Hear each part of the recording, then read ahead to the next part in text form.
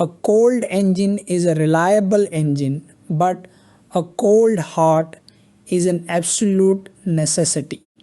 Imagine a world where your survival relies entirely on the precision of a stopwatch, the exact weight of a trunk, and the total erasure of your own curiosity. You don't ask names, you don't alter the plan, and above all else, you never ever look inside the package. This is the code of a man who has systematically stripped away every ounce of human vulnerability to become a ghost in a high powered machine. He exists in the shadows of the French Riviera, a paradise built on beautiful lies where the wealthy hide their sins and the desperate pay to make them disappear. But what happens when the machinery of a perfectly ordered life collides with the chaotic, messy reality of human flesh and blood? What happens when the package breathes? The moment you break your own rules, the life you meticulously constructed begins to hemorrhage, and the hunter instantly becomes the prey. This isn't just a story about high speed chases and shattered glass. It is a psychological descent into what happens when a man who has turned himself into a weapon suddenly remembers that he is human. In the early 2000s, the action genre was undergoing a massive identity altering mutation. The era of the invincible, hyper-muscled 80s icon was dead, and the gritty, hyper-realistic tone of the new millennium was taking over. Enter Luc Besson, a filmmaker who mastered the art of blending Hollywood's high-octane adrenaline with a distinctly European, slick aesthetic, and director Louis Leterrier, who brought a frantic, stylized energy to the screen. Together, they unleashed a film that would not only redefine modern martial arts cinema in the West but would also launch a former British diver named Jason Statham into absolute superstardom. Released in a cinematic landscape hungry for visceral practical stunt work, this movie became a masterclass in kinetic momentum. It didn't rely on massive world ending stakes. Instead, it found its power in the intimate, brutal physics of close quarters combat and the symphonic roar of a highly tuned BMW engine. It took the classic archetype of the lone, tight lipped anti hero and placed him in a sun drenched, neon tinted noir nightmare. The silence of a concrete garage is shattered by the rhythmic mechanical ticking of a wristwatch. We see his hands first, immaculate, calm, wrapping tightly around a leather steering wheel. This is Frank Martin. He doesn't look like a criminal. He looks like a corporate executive who happens to operate in the criminal underworld. The tension in the air is thick enough to cut with a knife as he waits. The camera lingers on the pristine dashboard of his black BMW 735i, a vehicle that feels less like a car and more like an extension of his own calculated personality. Suddenly, the heavy doors of a nearby bank explode outward. Screams echo. Four masked men, adrenaline pumping and guns drawn, sprint toward the vehicle, throwing themselves into the leather seats.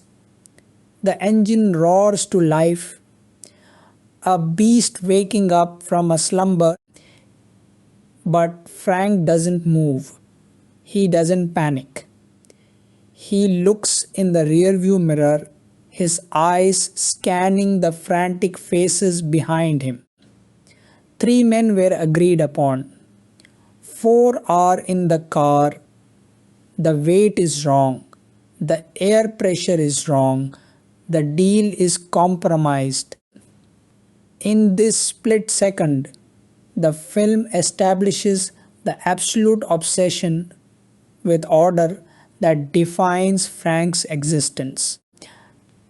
One of the bank robbers shoves a gun against the back of Frank's head, screaming at him to step on the gas. The police sirens are wailing in the distance, getting louder, closer, threatening to swallow them whole. But Frank remains a statue of pure ice. He calmly explains the physics of the situation. The tires, the suspension, the fuel consumption, everything was calibrated for three passengers of a specific weight. To add a fourth means risking a blowout, a loss of acceleration, a catastrophic failure of the escape plan.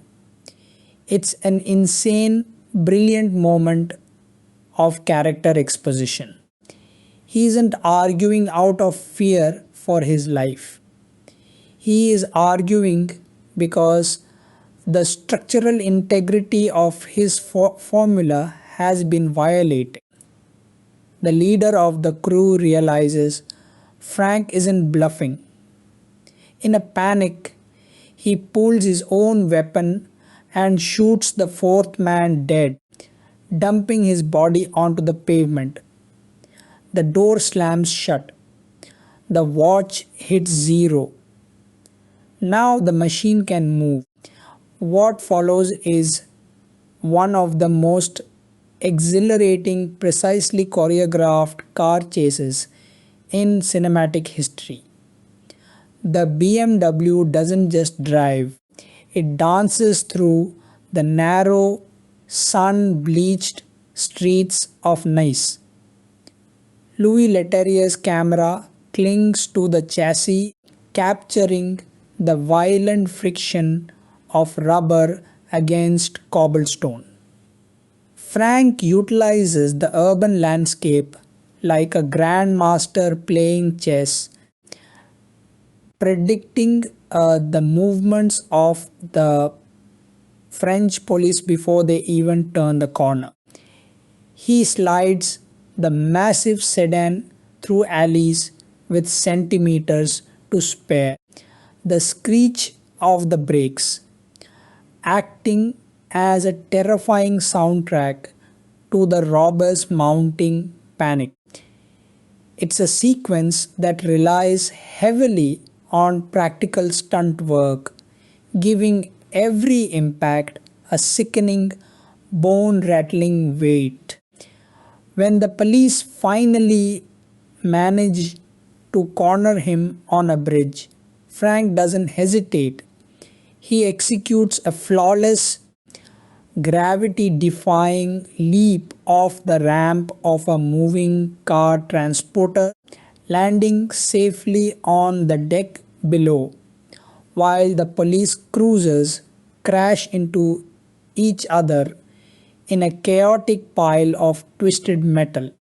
The chase ends not with an explosion, but with a quiet calculated disappearance into a crowded tunnel.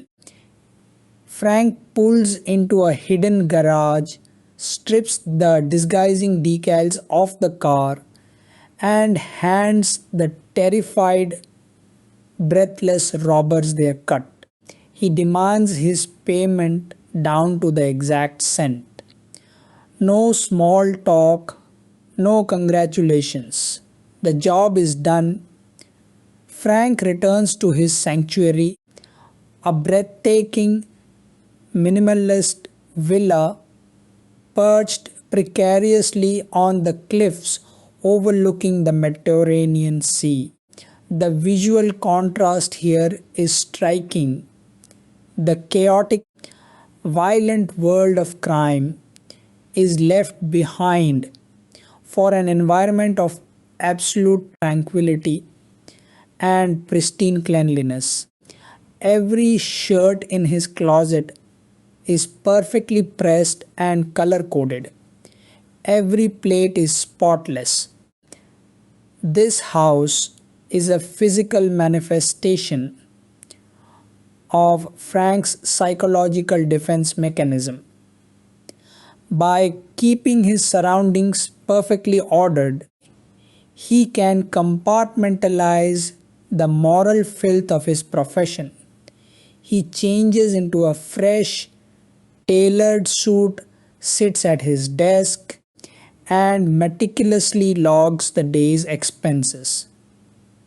It is here we introduce the local law enforcement Inspector Tarconi, a rumpled, sharp-witted detective who arrives under the guise of a friendly neighbor sharing a pot of coffee.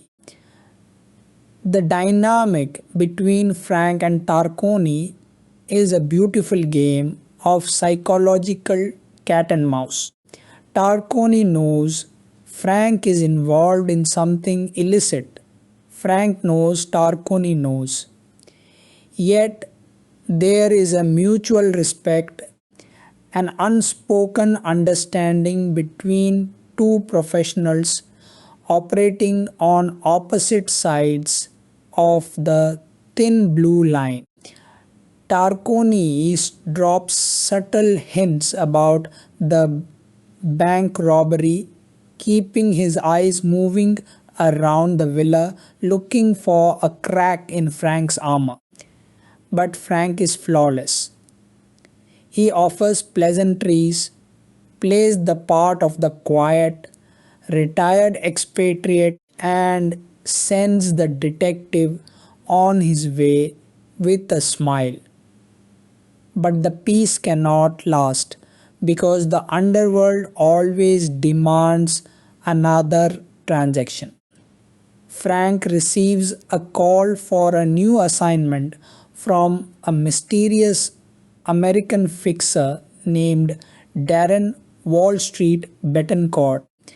The terms are simple: pick up a package from a remote location and deliver it to a specific address. No questions asked. Frank accepts, arriving at the pickup point with his trademark punctuality. The package is a large, heavy duffel bag. As Frank hoists it into the spacious trunk of his BMW, something shifts. A dull, muffled thud echoes from within the canvas. Frank freezes. He stands over the open trunk, the Mediterranean breeze rustling his jacket, staring down at the bag. He gets into the driver's seat and starts the engine, trying to push the noise out of his mind. Rule number 3: never look inside the package. It's a mantra designed to protect his conscience. If he doesn't know what he's carrying, he can't be held morally accountable for it. He is just the vessel.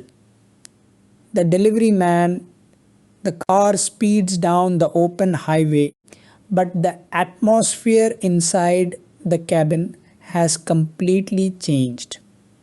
The engine's roar is now accompanied by a steady, rhythmic thumping from the trunk. The package is kicking. It's a deeply unsettling realized horror, the realization that your pristine, mechanical world has just been contaminated by human suffering. Frank stops at a secluded gas station to refuel. He buys a soda, walks to the back of the car, and stares at the trunk lid. The thumping grows more desperate.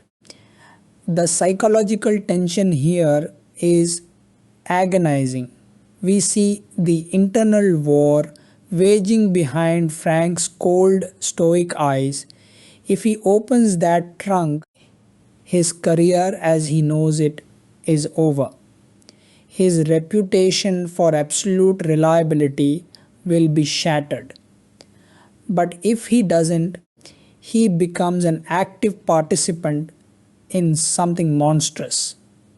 He reaches down, unlocks the trunk, and unzips the heavy bag. A young Asian woman, her mouth covered with heavy duct tape, her eyes wide with terror, looks up at him. The boundaries have been crossed, the rules are broken, and in the criminal underworld, breaking the rules carries a death sentence. Frank doesn't immediately set her free. His instinct for self preservation is too strong. Instead, he pokes a small hole in the tape so she can drink some water through a straw, a minor act of mercy that bridges the gap between his cold professionalism and his buried humanity. He zips the bag back up, slams the trunk, and drives to the delivery location.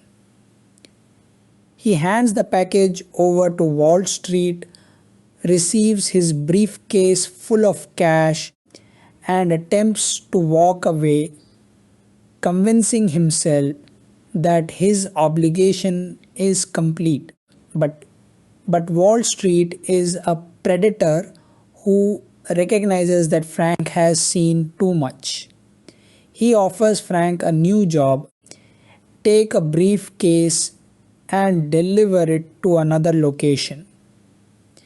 Frank, eager to put this entire messy situation behind him, accepts the briefcase and drives away, unaware that the contents of that case are designed to ensure he never reaches his destination.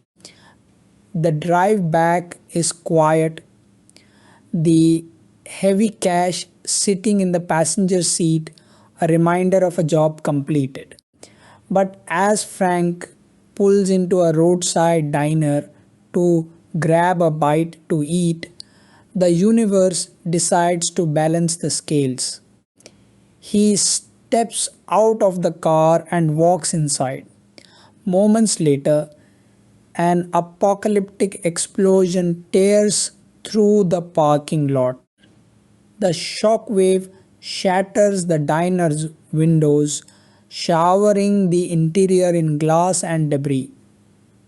Frank throws himself to the floor. Through the smoke and flames, he looks out to see his beloved, immaculate BMW transformed into a roaring inferno of twisted metal. The briefcase Wall Street gave him was a bomb. The betrayal is total, absolute, and deeply personal. They didn't just try to kill him, they destroyed the machine that defined his existence. They violated the contract. Frank's transformation from a passive rule following courier to a vengeful force of nature is instantaneous. He doesn't panic, he hardens. He marches back into the smoke, his eyes fixed on the path of his attackers. He returns to Wall Street's compound, slipping through the shadows like a ghost. The security guards patrolling the grounds have no idea that death has just entered the perimeter. What follows is a brutal display of close quarters combat that showcases Statham's physical prowess and the film's innovative choreography. Frank utilizes his environment with lethal efficiency, turning everyday objects into deadly weapons. He glides through the hallways, taking down guards with silent, bone shattering strikes. He reaches the main office searching for Wall Street, but instead finds something else, or rather, someone else. The young woman from the trunk is there, tied to a chair, waiting for a fate far worse than death. Her name is Lai. With the compound descending into chaos and more guards arriving, Frank realizes he can't kill everyone tonight. He cuts Lai's bonds, grabs the keys to one of Wall Street's luxury vehicles, a sleek silver Mercedes, and fights his way back to the garage. They blast through the compound gates as gunfire rains down around them. The escape is frantic, violent, and messy, a stark contrast to the precision of the opening chase. Frank brings Lai back to his only remaining safe haven, his cliffside villa. Here, the narrative slows down, allowing the characters and the audience to breathe, to process the psychological trauma of the last few hours. Lai is exhausted, terrified, but deeply curious about her savior. Frank is distant, angry, and deeply uncomfortable with her presence in his immaculate home. She represents the chaos he has spent years trying to lock out. As Lai recovers, she begins to peel back the layers of Frank's stoic exterior. She discovers that he isn't just a criminal, he is a man hiding from a past that broke him. He was a highly decorated special forces soldier, a man trained by the government to be the ultimate weapon, who walked away when he realized he was just a pawn in a game played by monsters. The villa, the suits, the rules, they were all a desperate attempt to regain control over a life that had been defined by state sanctioned slaughter. Lai reveals her own story. She is the daughter of a powerful, dangerous man involved in a massive human trafficking ring. Her father is shipping hundreds of innocent people from China to France in shipping containers to be sold into modern day slavery. Wall Street is his buyer on the European side. She came to France to try and stop him, only to be captured and treated like cargo. The emotional core of the film solidifies in these quiet moments. Frank is faced with a choice that will define the rest of his life. He can take his money, flee the country, and let the shipping containers arrive, or he can stand and fight a war that isn't his. The tension between his deeply ingrained survival instinct and his awakening morality is palpable. But before he can make that choice, the consequences of his actions catch up to him. Inspector Tarconi arrives at the villa having tracked the stolen Mercedes back to Frank's property.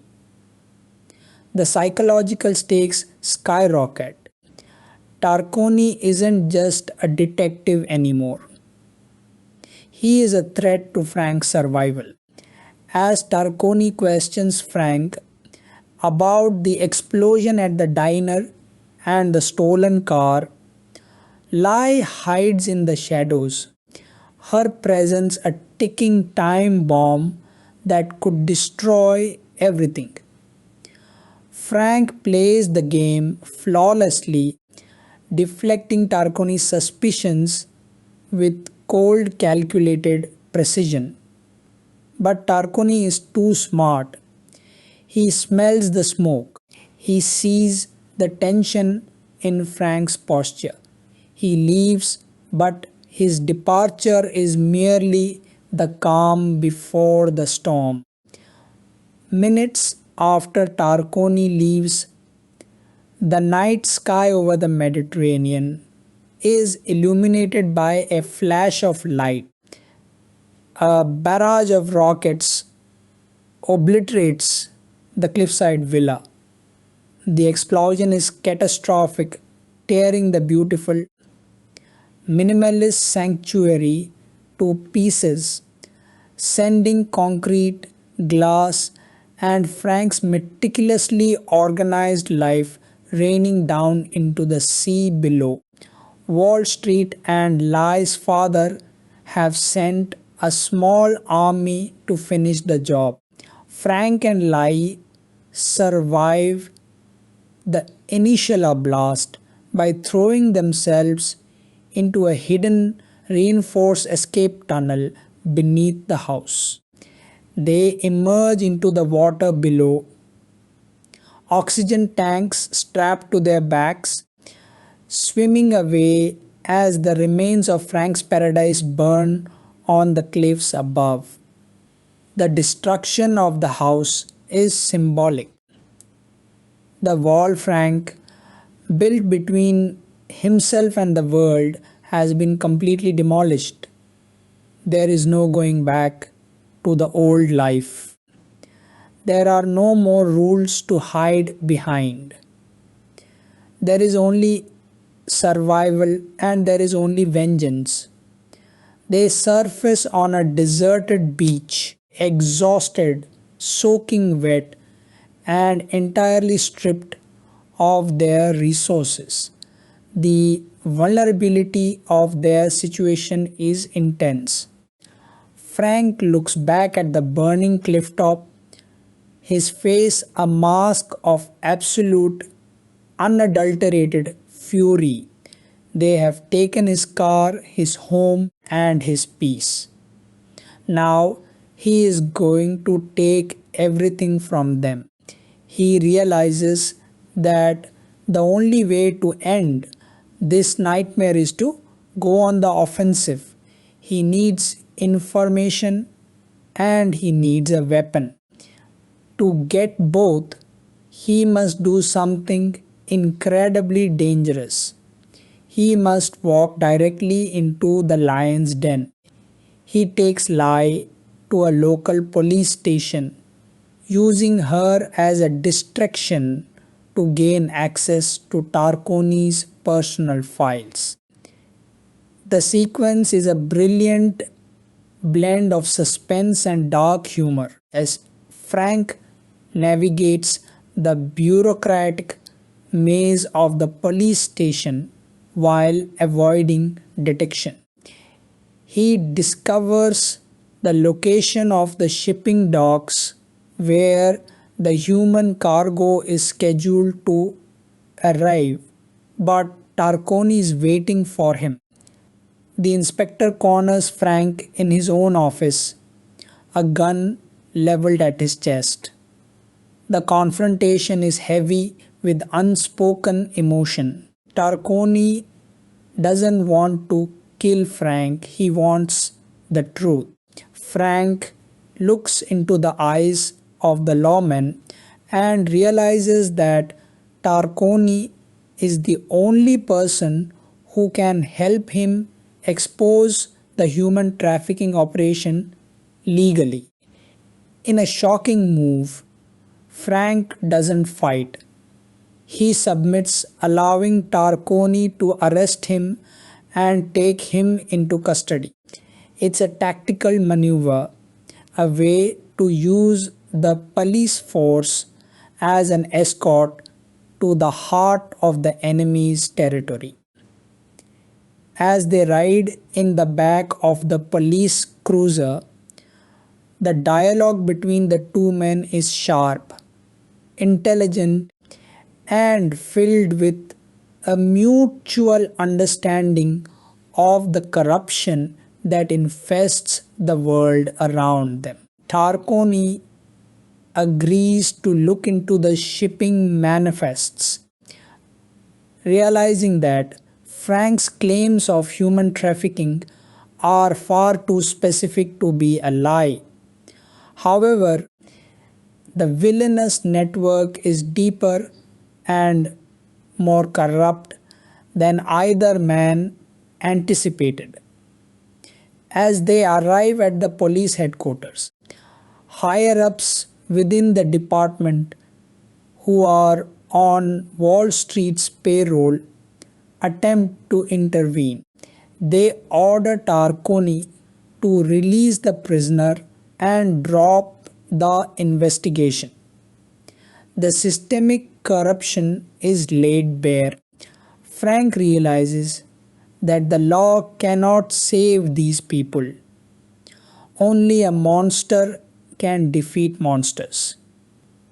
In a sudden explosive burst of violence, Frank breaks his handcuffs, overpowers the corrupt officers, and takes Tarconi hostage at gunpoint. It is a fake kidnapping, a ruse designed to protect Tarconi's career while allowing Frank to escape and do what needs to be done. They seized a police vehicle, blasting through the gates of the station in a hail of gunfire. The momentum of the film shifts into overdrive. The countdown to the arrival of the shipping containers has begun, and Frank is running out of time. Frank drives to the industrial shipping yards, a massive, bleak labyrinth of steel containers and towering cranes that feels entirely devoid of humanity. This is where the world's wealth is processed and where its most horrific crimes are hidden in plain sight. He leaves Tarconi behind with a warning to call for backup, then slips into the shadows of the docks. The atmosphere is oppressive, the sound of the ocean crashing against the concrete piers blending with the mechanical hum of machinery. Frank locates the specific sector where Wall Street's trucks are lined up, waiting to receive the human cargo. He watches from the shadows as Lai's father, a cold, aristocratic monster named Koi, oversees the operation. The sheer scale of the cruelty is staggering. Hundreds of desperate, starving men, women, and children are trapped inside those metal boxes, suffocating in the heat, treated like nothing more than line items on a spreadsheet. The anger that has been building inside Frank since the destruction of his home finally boils over. He steps out of the darkness and into the light of the floodlights, a lone silhouette against an army of mercenaries. The final confrontation begins not with a gunshot but with a display of absolute physical dominance. Frank moves through the shipping yard like a hurricane, his martial arts training executed with terrifying precision and lethal intent. Louis Leterrier's camera tracks the violence with long, sweeping takes, allowing the audience to appreciate the incredible athleticism and complexity of the stunt choreography. Frank utilizes grease, oil, and heavy shipping chains to turn the environment against his attackers. In one of the film's most iconic and visually striking sequences, he covers himself in thick black engine oil to make himself impossible to grapple, sliding across the concrete floor like an eel, breaking limbs and disarming guards with effortless fluidity. It is a dirty, visceral, primal fight that strips away all the slick glamour of the earlier scenes. Despite his incredible skill, the numbers are against him. Quay and Wall Street managed to escape the docks in a convoy of heavy semi-trucks carrying the shipping containers containing the human cargo toward an unknown destination inland. They take Lie with them, leaving Frank surrounded by the remaining mercenaries. Frank fights his way clear, his body bruised and bleeding, his exhaustion catching up to him. He knows that if those trucks reach the highway, they will vanish into the European countryside and the people inside will be lost forever. He needs to get ahead of them. He sprints to a nearby airfield where a small single engine crop duster plane is idling on the runway. He overpowers the pilot, takes the controls, and takes off into the stormy morning sky. The film reaches a crescendo of cinematic absurdity and high stakes tension as the tiny plane chases down the massive convoy on the winding mountain roads below.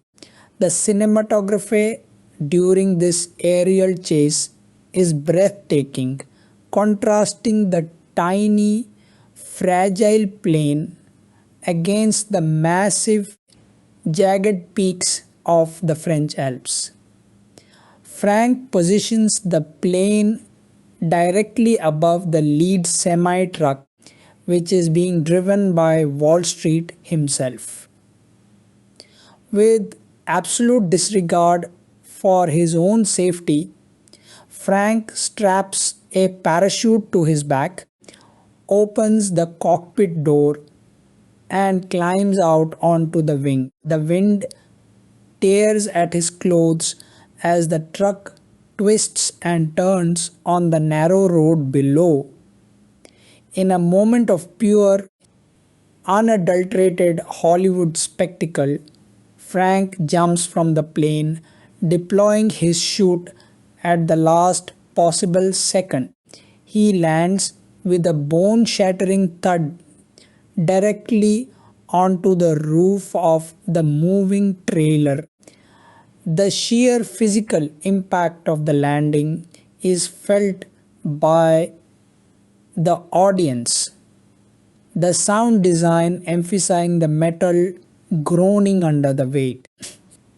Frank tears through the roof of the trailer, dropping into the back of the moving truck.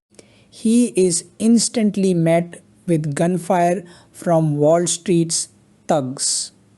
The space is confined, dark, and incredibly dangerous. Frank uses the layout of the cargo to his advantage, engaging in a frantic close quarters gunfight while the truck careens wildly across the highway. He moves from cover to cover, his reflexes pushed to their absolute limits. He eliminates the guards one by one until only he and Wall Street remain. The confrontation between the two men is intensely personal. Wall Street represents everything Frank despises: a man who hides behind wealth and corporate structure while destroying human lives for profit. The fight is brutal, short, and decisive. Frank throws Wall Street out of the open door of the moving truck, watching as the villain is crushed beneath the wheels of his own convoy. But the danger is far from over. The truck is now driverless, hurtling down a steep mountain pass toward a sharp cliffside turn. Frank sprints to the cabin, grabbing the steering wheel just in time to prevent the vehicle from plummeting into the abyss. He slams on the brakes, the massive tires screaming and smoking as the semi-truck skids to a halt millimeters from the edge of the cliff. He steps out of the cab, his breath ragged, his body trembling with exhaustion. But there is no time to rest. The second truck, driven by Kwai, is approaching fast. Kwai sees Frank standing on the road and accelerates, intending to ram his vehicle and push him over the cliff. Inside the cab of the second truck, Lai is fighting her father for control of the wheel, her screams echoing over the roar of the engine. The truck slams into Frank's vehicle, the impact sending shock waves through the metal structures.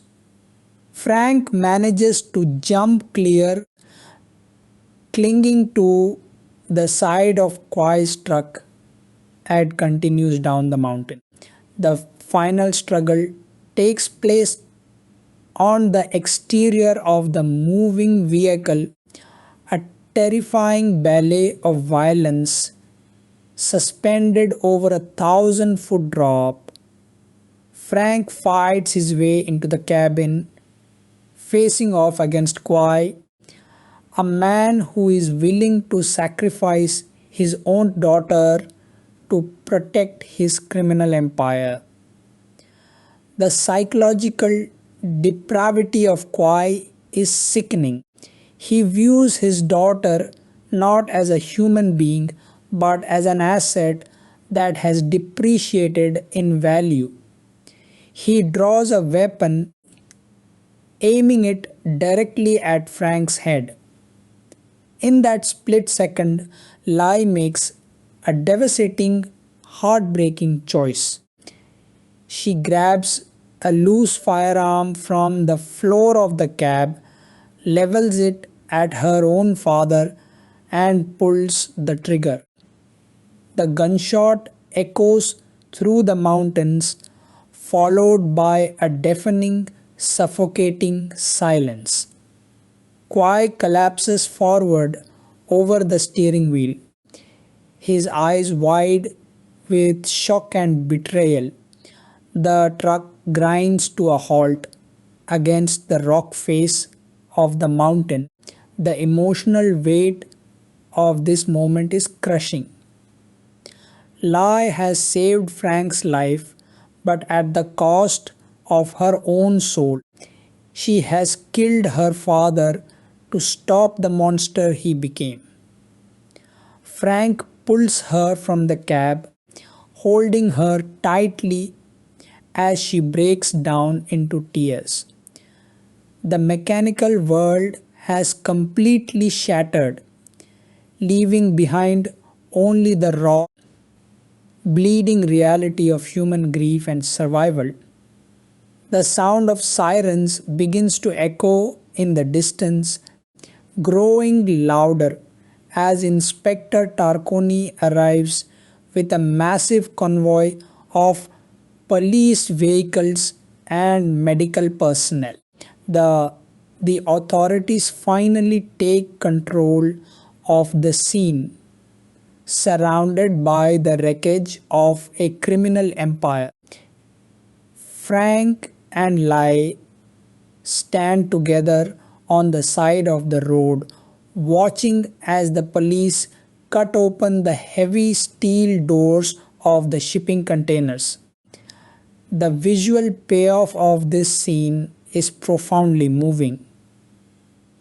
Hundreds of men, women, and children step out into the bright, warm sunlight of the French countryside, blinking against the glare, their faces filled with an overwhelming mixture of disbelief, relief, and profound gratitude.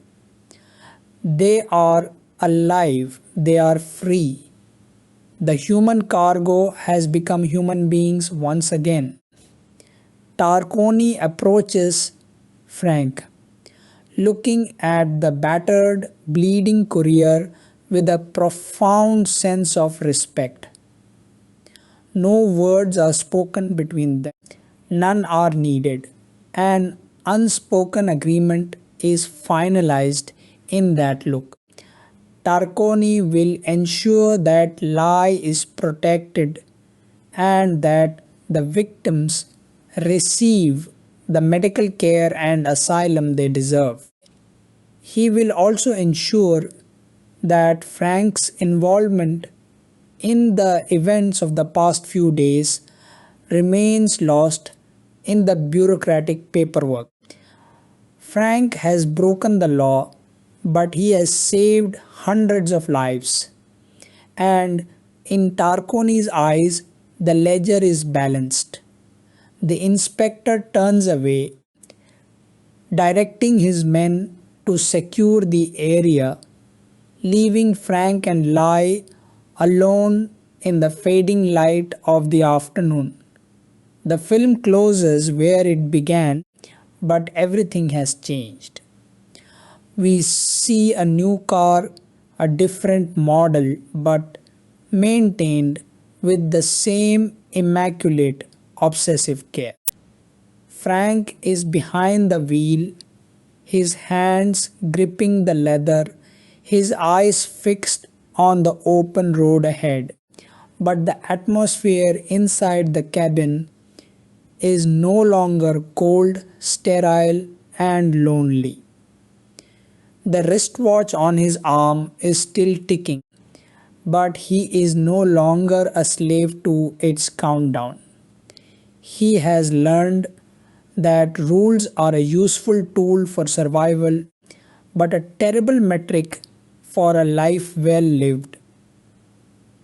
He has allowed the chaos of humanity to enter his world, and Though it destroyed everything he had built, it gave him back his humanity.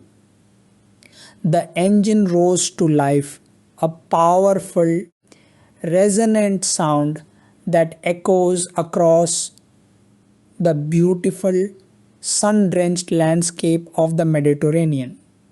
He shifts into gear and drives away, not as a ghost hiding the shadows, but as a man driving toward a future that is entirely unwritten. The Transporter is an absolute triumph of the action genre, a film that takes a simple, high concept premise and elevates it into a masterclass of kinetic storytelling, character psychology, and visual style. It represents a perfect storm of filmmaking elements. Luc Besson's sharp European sensibilities, Louis Leterrier's energetic, innovative direction, and Jason Statham's star making intensely physical performance. It understands that action is only compelling when we care about the person delivering the blows and driving the car. By grounding Frank Martin's incredible physical skills in a deeply human struggle for identity, control, and morality, the film transcends its B movie roots to become an enduring classic of modern cinema. It is a thrilling, emotionally resonant ride from the first frame to the last, earning a definitive 9 out of 10. The heavy iron doors of the French judicial holding cell slam shut with a sound that is entirely devoid of hope.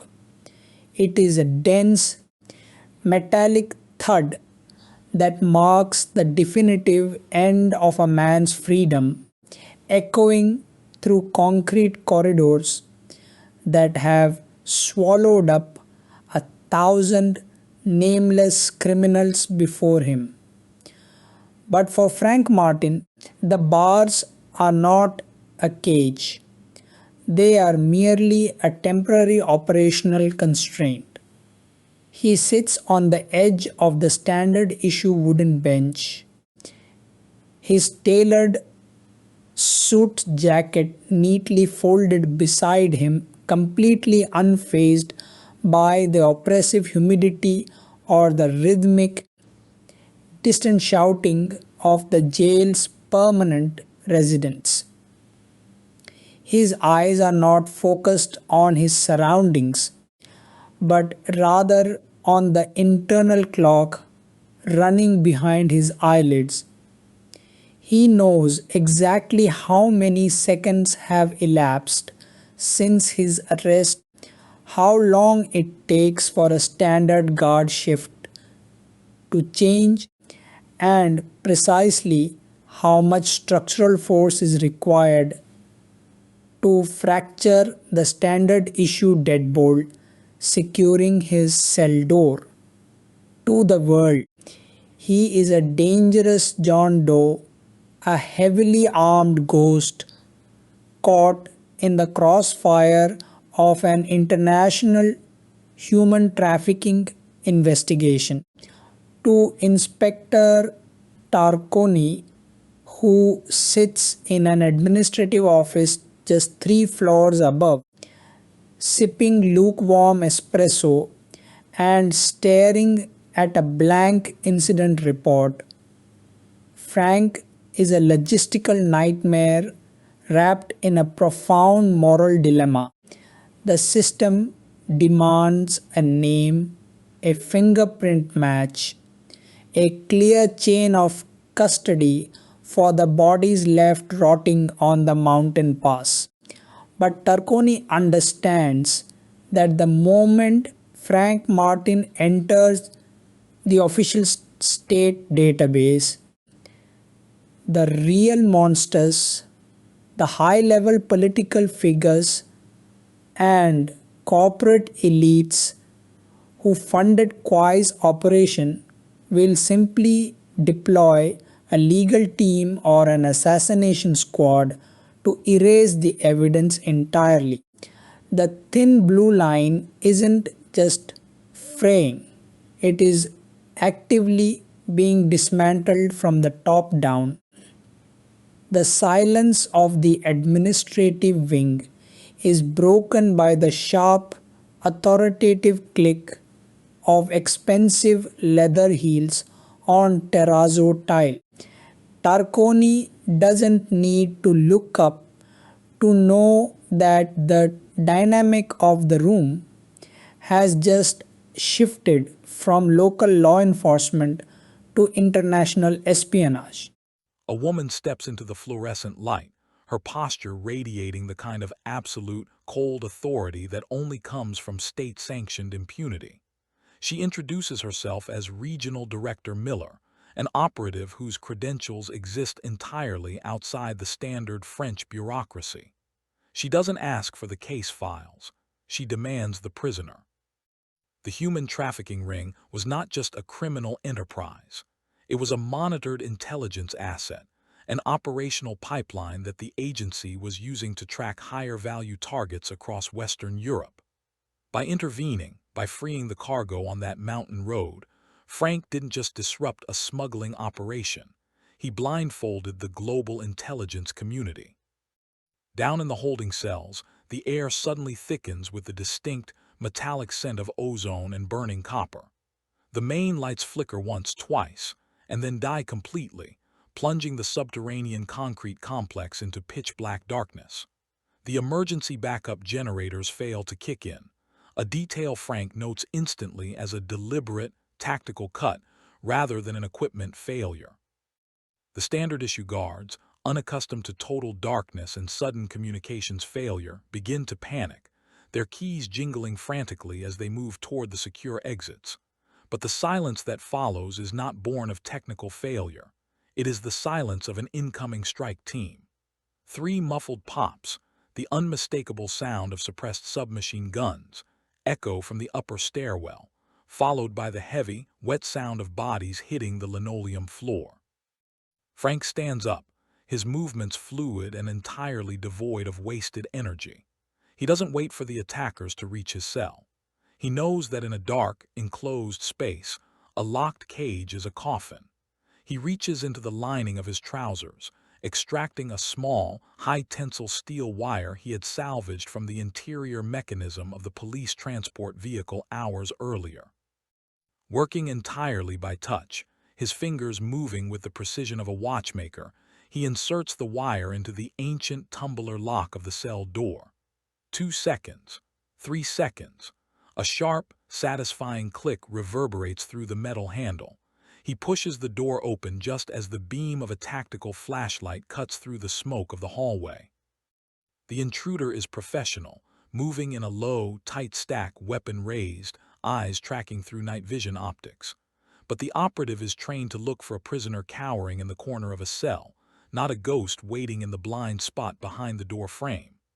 As the first gunman steps past the threshold, Frank strikes. It isn't a cinematic, theatrical martial arts movement. It is a brutal, biomechanical redirection of force. He grabs the barrel of the weapon, forcing it upward as a burst of automatic fire chips the concrete ceiling, while simultaneously driving his heel into the operator's knee joint with enough force to sever the ligament entirely. The man drops without a sound, his breath catching in his throat as Frank strips the weapon from his hands, turns it, and fires 2 precise rounds into the chest plate of the second attacker entering the corridor. The firefight is short, dark, and devastatingly efficient. Frank doesn't stay to secure the area or interrogate the survivors. He understands that a tactical team always operates with a secondary perimeter group. He moves upward through the administrative stairwell, utilizing the shadows cast by the flickering emergency strobe lights. When he reaches the 3rd floor, he finds Tarconi's office in a state of absolute ruin. The glass partition has been shattered into thousands of diamond-like shards that crunch beneath his shoes. Tarconi is slumped against the desk, a deep gash bleeding profusely along his hairline, but his eyes are open, tracking Frank's movements with a mixture of exhaustion and relief. Director Miller is gone, her desk overturned, her secure laptop missing from its docking station. Tarconi spits a mouthful of blood onto the floor, looking up at Frank with a grim, humorless smile. They didn't come to rescue the courier, and they didn't come to silence him. They came to retrieve the digital ledger that Kwai had hidden inside the shipping manifests, a ledger that contains the bank routing numbers and real identities of every buyer involved in the trade across 3 continents. The agency doesn't want to destroy the network. They want to inherit it. Tarconi reaches into his pocket, his fingers trembling as he pulls out a small, blood-stained flash drive. He had swapped the drives before Miller's team breached the front doors. He places the drive into Frank's palm, his grip surprisingly tight for a man who has just been beaten within an inch of his life. The psychological weight of this transfer is immense. Frank is no longer just a driver trying to reclaim his peace. He is now the sole custodian of a document that could bring down governments or get him hunted by every intelligence agency on Earth. Tarconi tells him to run, to get out of France before the military coordinates a full lockdown of the sector. But Frank looks at the drive, then looks down at the blood on Tarconi's collar. The old rules, the rules that kept him safe, the rules that allowed him to look the other way while the world burned, are completely gone. He nods once to the detective, a silent pact of survival, and slips out through the broken window into the pouring rain of the nice night. The city of Nice under a torrential downpour looks less like a tourist paradise and more like a slick, neon-lit purgatory. The water reflects the yellow glow of the street lamps, creating an illusion of warmth that is entirely betrayed by the freezing wind coming off the sea. Frank moves through the alleyways, his wet clothes clinging to his frame, his heart rate steady despite the adrenaline surging through his veins. He needs transportation, but his legendary black BMW is nothing but ash on a cliffside, and every police cruiser in the district is looking for a man matching his description. He steps into an underground parking structure beneath a luxury apartment complex, his eyes scanning the rows of high-end vehicles until they lock onto a dark blue, older model Audi S8. It is a car built for discreet luxury and immense power, a sleeper vehicle that can disappear into a crowd while possessing enough horsepower to outrun a police helicopter. Breaking into the vehicle takes less than 30 seconds, but Frank doesn't hotwire it like a common thief. He bypasses the ignition column entirely, splicing into the main electronic control unit beneath the dashboard to trick the engine into believing the factory key fob is present. The V40 engine wakes up with a deep, throaty growl that reverberates off the low concrete ceiling of the garage. He pulls out into the rain-slicked streets, the heavy wipers throwing sheets of water off the windshield as he heads north, away from the coast, toward the isolated mountain passes that lead to the Italian border. As the car climbs into the foothills, the narrative shifts into a deeply psychological space. The silence inside the cabin is deafening, broken only by the steady hum of the tires against wet asphalt and the rhythmic clicking of the turn signals. Frank is alone with his thoughts for the first time since his villa was reduced to rubble. He looks at his reflection in the rearview mirror, the small cuts on his cheek, the coldness in his eyes that had begun to soften during his hours with Lai, but has now hardened into something far more dangerous. He has spent years building a fortress of emotional isolation, convincing himself that as long as he didn't care, he couldn't be hurt. But the destruction of his home and the betrayal by Wall Street have proven that isolation is a lie. The world doesn't care about your rules. It will find you, strip you bare, and force you to choose a side. Suddenly, the headlights of the Audi capture a figure standing in the middle of the road ahead, illuminated through the heavy sheets of rain. Frank slams on the brakes, the advanced anti-lock system engaging instantly, bringing the heavy sedan to a stop mere feet from the individual. It is Lai. She is soaked to the skin, her clothes torn, her face a mask of absolute terror and exhaustion. She didn't flee with the police. She knew that the moment Frank was arrested, she would become a liability to be liquidated by her father's remaining associates. She had tracked the route she knew Frank would take if he escaped, waiting in the dark like a desperate castaway hopping for a ship. Frank opens the passenger door, and she collapses into the leather seat, shivering violently as the heat from the climate control vents begins to warm the cabin. They don't speak. The emotional connection between them doesn't require dialogue. It is built on a shared experience of trauma and betrayal. Frank hands her a dry jacket from the back seat, a small, practical gesture that carries more emotional weight than any words of comfort could provide. He shifts the car back into gear, and they continue their ascent into the mountains, two fugitives running from an enemy that has no face, no borders, and no mercy. The journey through the mountain pass is a sequence of mounting dread. The storm grows more violent, the wind shaking the heavy Audi as it navigates the hairpin turns. Lai watches Frank's hands on the wheel, noticing the tension in his forearms, the way his eyes constantly dart to the mirrors, looking for the headlights that she knows will eventually come. She asks him why he didn't leave her at the station, why he came back for the drive, why he is risking everything for a group of strangers trapped in metal boxes. Frank doesn't answer immediately. He keeps his eyes on the road, his voice low and quiet when he finally speaks. He tells her about his time in the military, about an operation in a nameless desert where he followed orders perfectly, executed the plan down to the second, and watched as a village was destroyed because the intelligence was wrong. He realized then that rules are often just a way for cowards to avoid the consequences of their actions. When he left the service, he swore he would never let anyone else dictate his morality again. The rules he created for his transport business weren't meant to protect his business, they were meant to protect his sanity. The moment of philosophical reflection is violently shattered by a sudden, blinding flash of light in the rearview mirror. A fleet of black, high-performance SUVs appears out of the darkness behind them, their high beams cutting through the rain like searchlights. Miller's strike team has tracked the Audi's electronic signature. The chase that follows is a masterclass in high-stakes mountain driving, a sequence that relies on the raw physics of mass and traction. The SUVs are heavier, more durable, and equipped with military-grade tracking systems, but the Audi has a lower center of gravity and a driver who understands the limits of traction better than any computer algorithm. Frank accelerates into the darkness, the Audi's four-wheel drive system clawing at the wet asphalt as he slides the car through the turns with millimeter precision. The lead SUV pulls up beside them, its armored bumper slamming into the Audi's rear flank, threatening to send the sedan spinning off the edge into the black abyss below. The impact is loud, a sickening crunch of metal that causes Lai to scream as the car teeters on the edge of adhesion. Frank doesn't panic.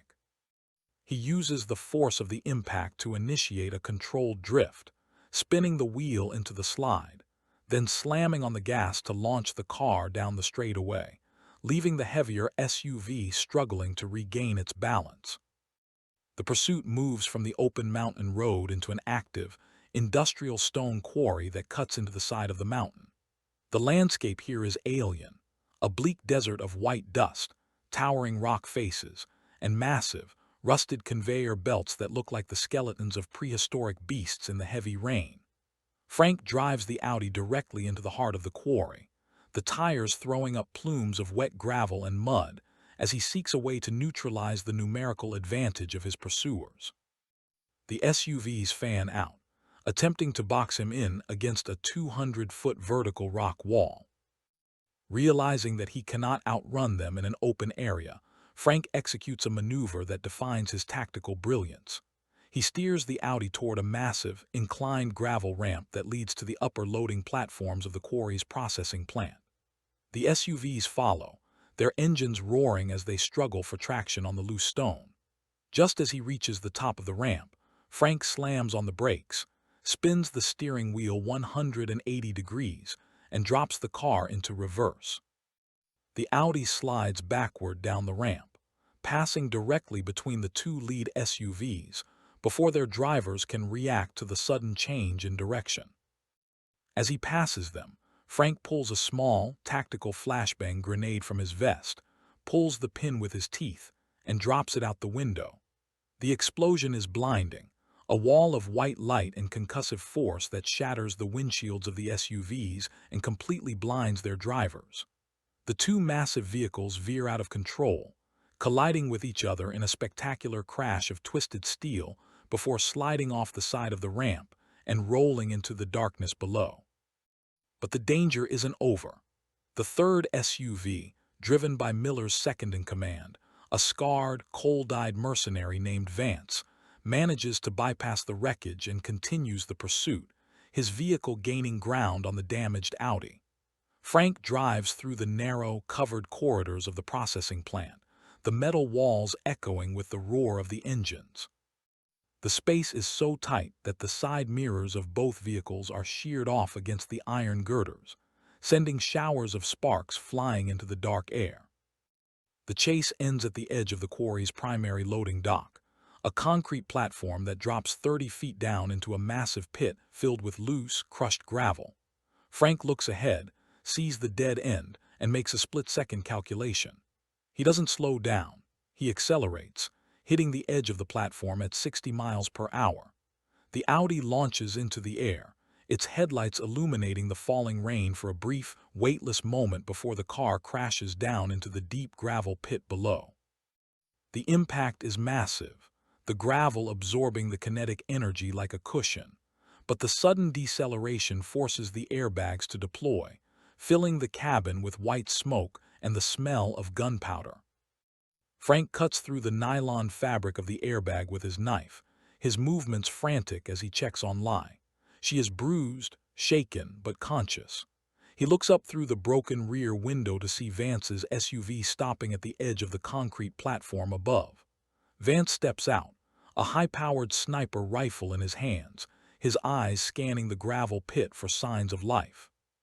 Frank grabs Lai, opens the door, and they throw themselves into the deep gravel, using the chassis of the ruined Audi as cover as Vance begins to systematically fire through the body of the car, the high-velocity rounds tearing through the metal like paper.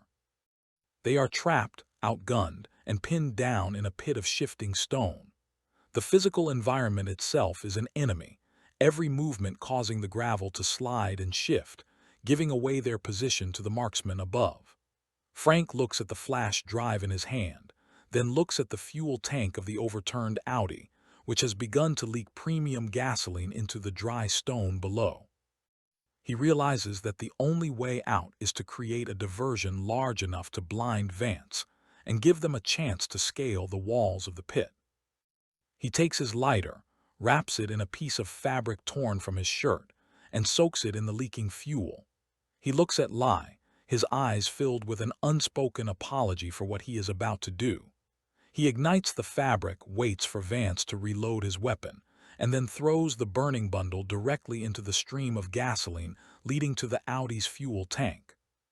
The explosion is instantaneous and catastrophic, a ball of orange fire that illuminates the entire quarry, sending a shockwave that knocks Vance off his feet on the platform above. Under the cover of the smoke and fire, Frank and Lai claw their way up the steep gravel incline, their fingers bleeding as they dig into the loose stone. They reach the top just as the local authorities' sirens begin to wail in the distance, drawn by the sound of the explosions. Vance, realizing that the situation has become completely compromised, retreats into the shadows of the facility, leaving the burning wreckage behind. Frank and Lai slip through the perimeter fence, disappearing into the dark forest that borders the quarry, their bodies exhausted, their resources gone, but their will to survive unbroken. They walk for hours through the dense, wet woods, the rain finally slowing to a miserable drizzle as the first pale light of dawn begins to bleed through the canopy. They emerge onto a deserted secondary highway that winds through the Maritime Alps, entirely isolated from civilization. Frank's physical condition is deteriorating. The fight in the holding cell, the high-speed crash, and the frantic escape have taken a massive toll on his body.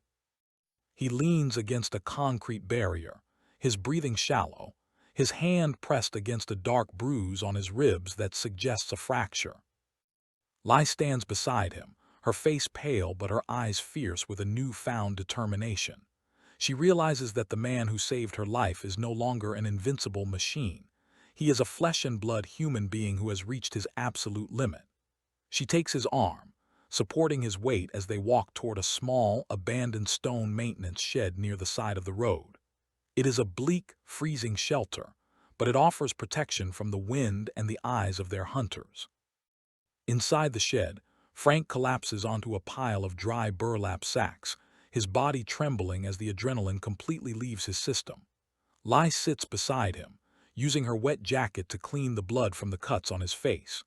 The intimacy of this scene is a profound contrast to the violence that preceded it.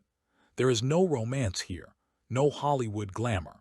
It is the raw, quiet connection of two people who have been stripped of everything except their mutual dependence on one another.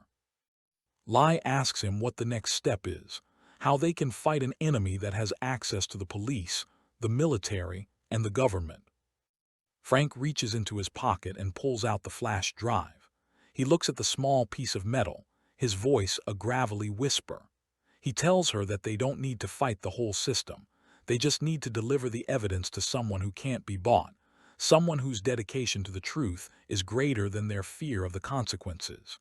He is talking about Tarconi, but he knows that Tarconi is likely under surveillance or actively detained by Miller's department. They need a way to verify the contents of the drive and transmit the data to every major news outlet in the world simultaneously, bypassing the state censors entirely. To do that, they need access to a secure, high-speed satellite uplink, the kind of equipment that only exists in the high-tech villas of the very criminals they are running from. Frank realizes that the solution to their problem lies in the irony of their situation. They must return to Nice, break into the private estate of Kwai's chief European financial backer, a corrupt billionaire named Marceau, and use his own secure communications network to destroy him. It is an insane suicide mission that requires them to walk back into the center of the trap. As the sun rises over the mountains, casting long, cold shadows across the stone floor of the shed, Frank stands up, his movements stiff but determined. The pain in his ribs is a constant, burning reminder of his vulnerability, but his eyes have regained that steady, icy focus that defines the transporter.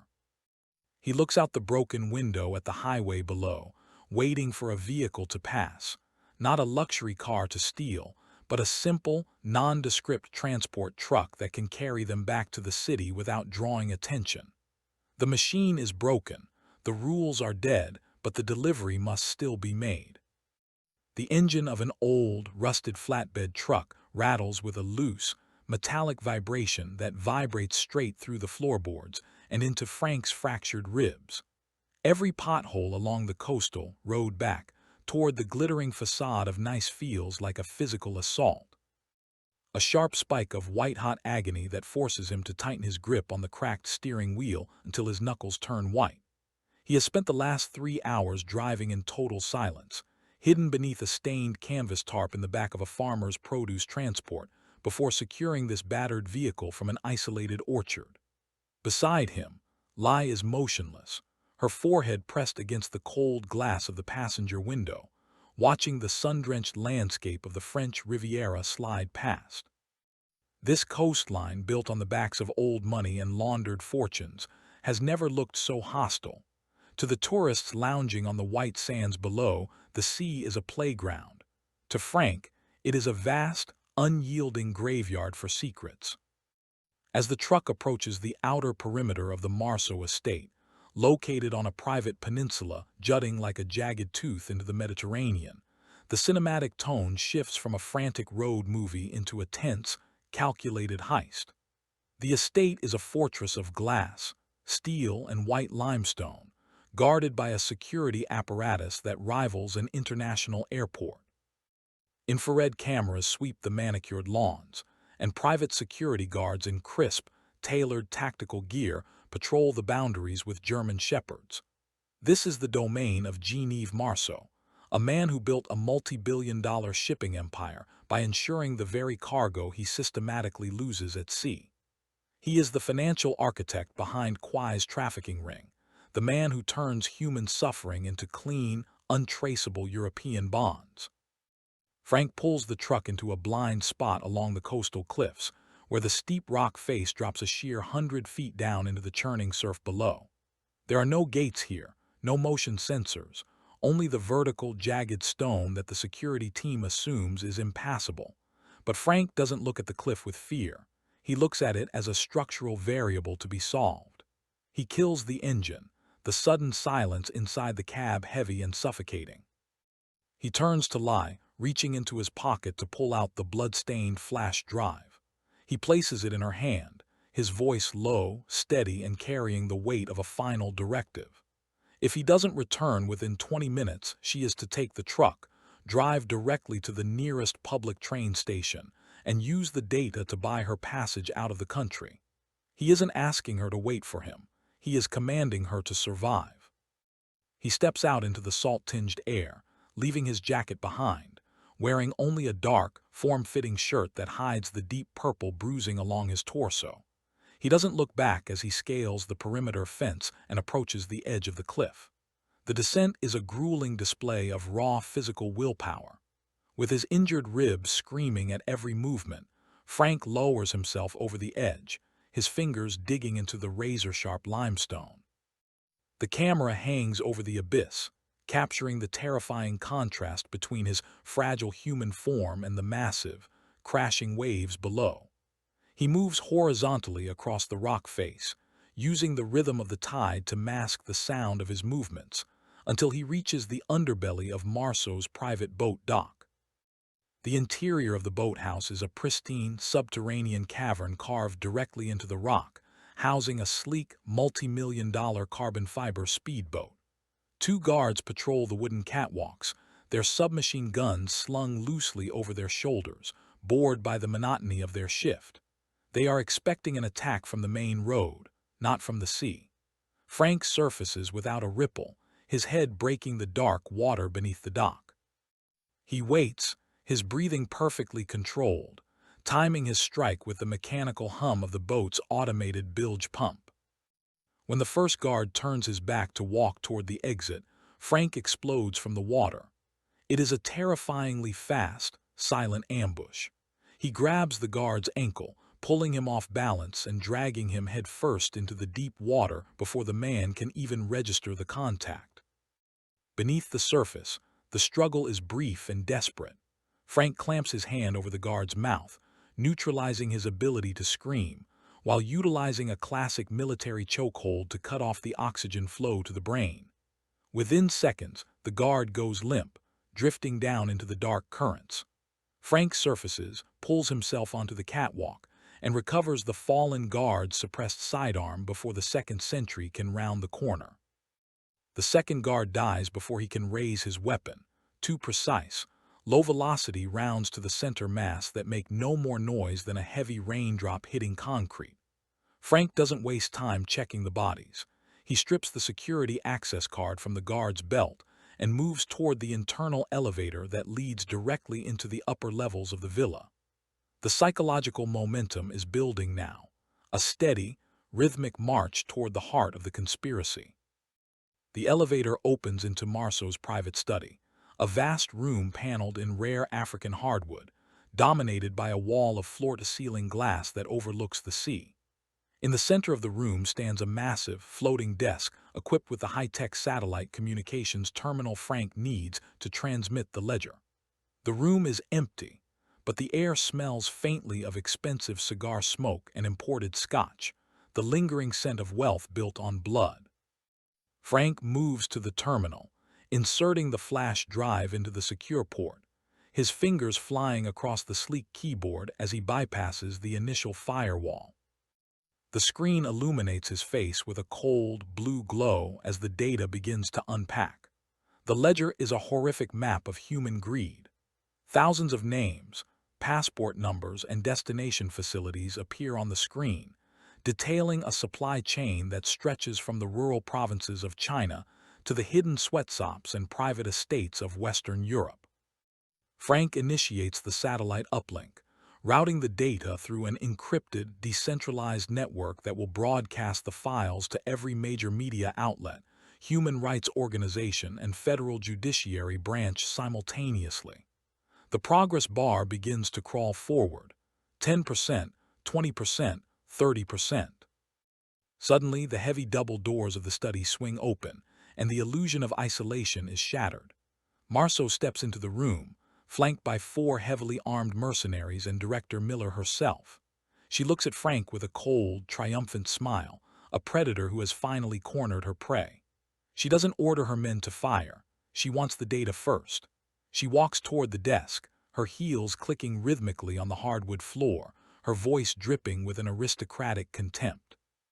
She explains to Frank that he is an anachronism, a relic of an old world who thinks that a single man with a car and a code can make a difference in a global economy that trades in human capital. The ledger isn't going to destroy the system. It is going to be used to streamline it. Frank stands before the terminal, his posture relaxed, his hands resting lightly on the edge of the desk. He doesn't look at the guns leveled at his chest. His eyes are fixed on the progress bar behind Miller's shoulder. 50%, 60%. He begins to speak, his voice low and raspy, deliberately dragging out the conversation to buy every precious second. He asks Miller how much a human life is worth in her department's budget, how she sleeps at night knowing that the children in those containers are being sold into a living death. Miller laughs, a dry, hollow sound that reveals the absolute rot inside her soul. She tells him that everything has a price, and that his price is about to be paid in full. 80%, 90%. The tension in the room is thick enough to stifle the breath. Frank's eyes flick to the reflection in the glass wall behind Miller. He sees the shadow of a figure moving along the balcony outside. It is Lai. She didn't run. She followed him into the compound, driven by a desperate, suicidal need to see justice done for her people. She is holding a heavy iron lawn ornament, her face twisted with a mixture of terror and determination as she prepares to smash the glass. Frank knows that the moment she moves, the mercenaries will open fire, turning the room into a slaughterhouse. He has to act first, to draw the fire away from her and create a window of survival.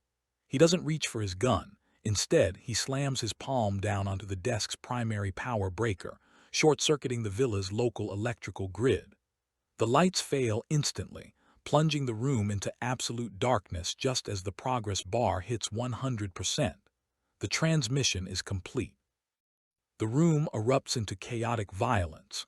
The mercenaries fire blindly into the dark, the muzzle flashes illuminating the space like a demonic strobe light. Frank dives across the desk, using the heavy mahogany structure as cover as high-velocity rounds tear the wood to splinters. He moves by instinct, tracking the positions of the guards by the sound of their gunfire and the smell of cordite. He closes the distance to the nearest gunman, grabbing the hot barrel of his rifle and twisting it upward while driving a sharp, open palm strike into the man's throat, crushing his windpipe instantly. As he drops the first guard, the emergency backup lights flicker on, casting a dim, red glow across the room. Miller is backing toward the exit, her face pale with sudden panic as she realizes that her control over the situation has completely vanished. Marceau is cowering beneath a leather sofa, his wealth powerless to protect him from the primal violence unfolding around him. Frank recovers the fallen guard's rifle, turning it on the remaining 3 mercenaries who are struggling to adjust to the red lighting. What follows is a brutal, claustrophobic gunfight inside the luxury suite.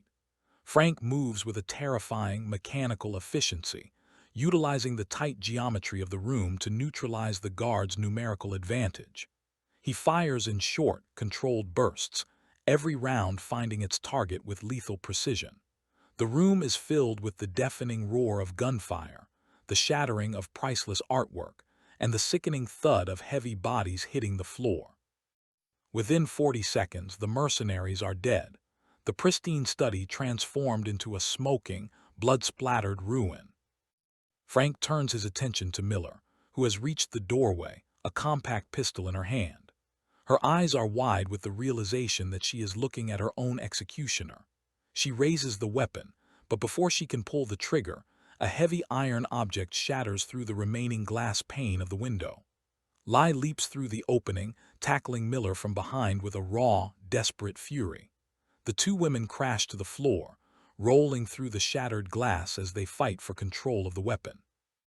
The gun discharges once, the bullet tearing into the hardwood ceiling. Frank sprints across the room, his fractured ribs flaring with white-hot agony, but he forces his body past the threshold of pain. He reaches the women just as Miller gains the upper hand, her fingers locking around Lai's throat. Frank doesn't hesitate. He drives his boot into Miller's wrist, fracturing the bone and forcing her to drop the weapon, then grabs her by the collar, lifting her off the ground with a strength born of pure, unadulterated fury. He holds her over the edge of the shattered window frame, the freezing wind from the sea tearing at their clothes. Below them, the rocks are waiting, jagged and unforgiving in the dark water. Miller looks into Frank's eyes, searching for a trace of mercy, a hint of the professional courier who followed the rules and walked away. But she finds nothing but ice. He tells her that her delivery has arrived. He releases his grip, and she falls without a sound, her body disappearing into the black emptiness of the cliffside before a heavy, distant splash marks the end of her career. The silence that follows is absolute, broken only by the sound of the wind rushing through the ruined suite and the ragged, desperate breathing of Frank and Lai. They stand together amidst the wreckage of a global criminal empire, their bodies covered in dust, blood, and sweat. Frank looks down at Marceau, who is trembling beneath the sofa, weeping openly as he realizes that his money, his connections, and his power are completely gone. The ledger is out there now, moving through the digital veins of the world, and there is no force on earth that can call it back. Frank reaches down, takes Lai's hand, and pulls her to her feet. They don't look at Marceau, and they don't wait for the alarms that are beginning to wail in the distance as the estate's secondary security perimeter realizes the main villa has fallen. They walk out through the broken window, descending the iron service stairs toward the boat dock below. They take Marceau's sleek carbon fiber speedboat, the twin engines roaring to life with a powerful, resonant hum that cuts through the sound of the waves. They cast off into the dark, open sea, heading south toward the horizon as the lights of the Riviera fade into the distance behind them. Two ghosts who have broken every rule to buy their way back into the world of the living. The black expanse of the Mediterranean Sea at 3 in the morning is not water. It is an infinite, undulating void that swallows light, sound, and identity. The carbon fiber hull of Marceau's stolen speedboat slices through the swells with a rhythmic, bone-jarring slap, throwing up curtains of freezing, salty spray that sting Frank's face and blur his vision.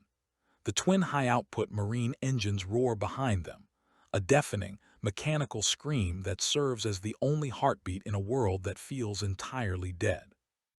Frank keeps his hands locked onto the throttle, his knuckles raw and bleeding from the violence in the villa, his eyes fixed on the absolute darkness ahead. He isn't looking at a navigation screen. He is steering by internal compass, calculating the fuel burn rate against the weight of the vessel and the drag of the heavy coastal currents. Beside him, Lai is curled into a tight ball on the floorboards of the cockpit, her forehead resting against his leather boot, her body shaking with a profound, delayed shock that no amount of engine heat can cure. The physical toll of the last 48 hours is finally catching up to Frank, settling into his bones like a heavy, toxic silt. Every breath is a calculated negotiation with the fractured ribs on his left side, a sharp, stabbing reminder that the armor of his stoic isolation has been completely stripped away. He looks down at his hands, the hands of a man who once prided himself on the absolute cleanliness of his transactions. They are covered in dried blood, engine grease, and the pale dust of shattered limestone. He has spent years running from the chaos of human conflict, treating life like a series of clean logistical equations, only to find himself piloting a stolen multi-million-dollar weapon into the dark, carrying the broken daughter of an international slave lord. The irony is heavy, suffocating, and entirely inescapable. He broke his third rule. He looked inside the package, and the universe responded by tearing his entire existence down to the bedrock. As the coastline of France dissolves into a distant, twinkling line of amber light, the cinematic packing slows, transitioning into a deeply atmospheric, psychological limbo. The speedboat is an island of noise isolated in a universe of silence. Lai slowly drags herself up to the passenger seat, her eyes hollow, her skin glistening with a mixture of sea salt and dried tears. She looks at Frank, her voice barely audible over the mechanical whine of the superchargers. She asks him where they are going, where a man goes when he has destroyed his home, his career, and the political apparatus of an entire region. Frank doesn't turn his head. He keeps his gaze locked on the black horizon, his voice gravelly and hollow when he finally answers. He tells her they are heading for international waters, a neutral shipping lane where the jurisdiction of regional directors and corrupt inspectors becomes nothing more than a legal fiction. But they both know that international waters are not a sanctuary. They are simply a larger cage. The narrative shifts back to the mainland, providing a sharp, cinematic contrast to the isolation of the sea. In the administrative headquarters of the Nice Police Department, the lights are burning hot and bright, casting long, distorted shadows across the linoleum floors. Inspector Tarconi sits in a metal folding chair in the center of a chaotic briefing room, his face heavily bandaged, a pristine, unopened pack of cigarettes sitting on the table before him. Around him, federal agents, military liaisons, and local detectives are screaming into telephones, tracking the digital fallout of Frank's satellite transmission. The ledger is no longer a secret. It is an apex predator loose in the global financial system. Across Europe, bank accounts are being frozen, shipping vessels are being boarded by tactical teams, and high-level politicians are quietly stepping out of high-rise windows to avoid the impending tribunals. Tarconi doesn't join the chaos. He sits motionless, his eyes fixed on the empty chair across from him, the chair where Frank Martin sat just hours earlier. A young detective sprints into the room, breathless, dropping a thick ballistic report onto the table. They found the body of Director Miller on the rocks beneath the Marceau estate. They found the bodies of 4 mercenaries in the study. They found Marceau himself, mute and catatonic with fear, clutching an empty flash drive. The young detective asks Tarconi who could have done this.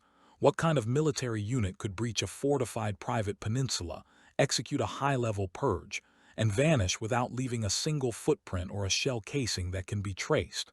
Tarconi reaches out, his fingers tracing the edge of the unopened cigarette pack. He looks up at the detective, his voice calm, tired, and carrying a strange, dark note of pride. He tells the boy that it wasn't a unit. It was a man who simply wanted his car back.